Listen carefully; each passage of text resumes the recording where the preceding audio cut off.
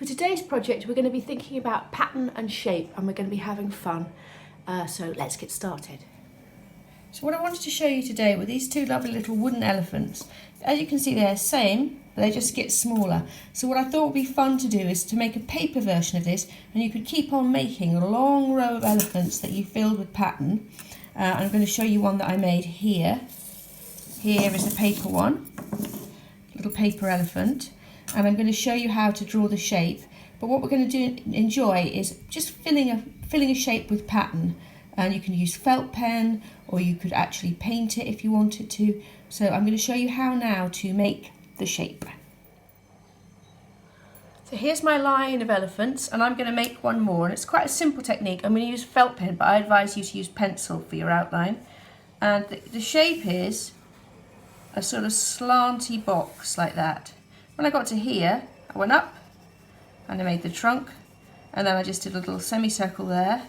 And if you want, you could put a little tail on the back as well. And there you've got the shape of an elephant. And then you cut that out and you can fill it with the patterns. Here's a really nice book on patterns that I wanted to show you. And it's just incredible. And it just makes you realise how many different ways there are of painting and patterning and filling things with shape. These are fabric designs from the 18th century.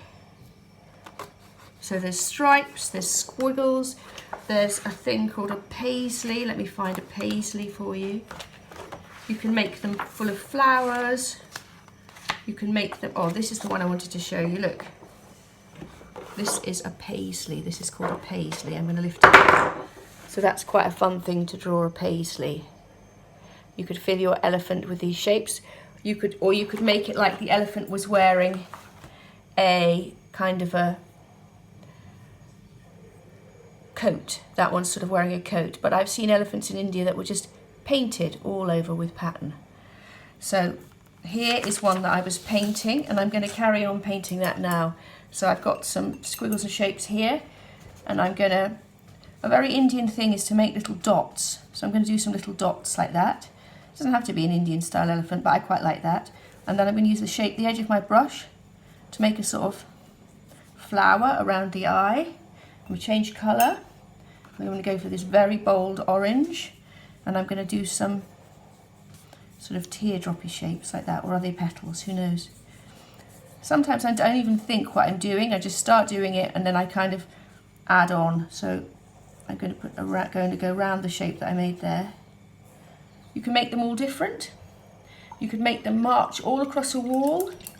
You could maybe paint them, draw them, cut them out and stick them onto a long thin postcard that you could post to someone. It's up to you. The thing to do is just lose yourself in enjoying making patterns. You could also let this dry and maybe fill in some of the shapes with pencil crayon after you've painted if you wanted to. It's up to you. I hope you have fun.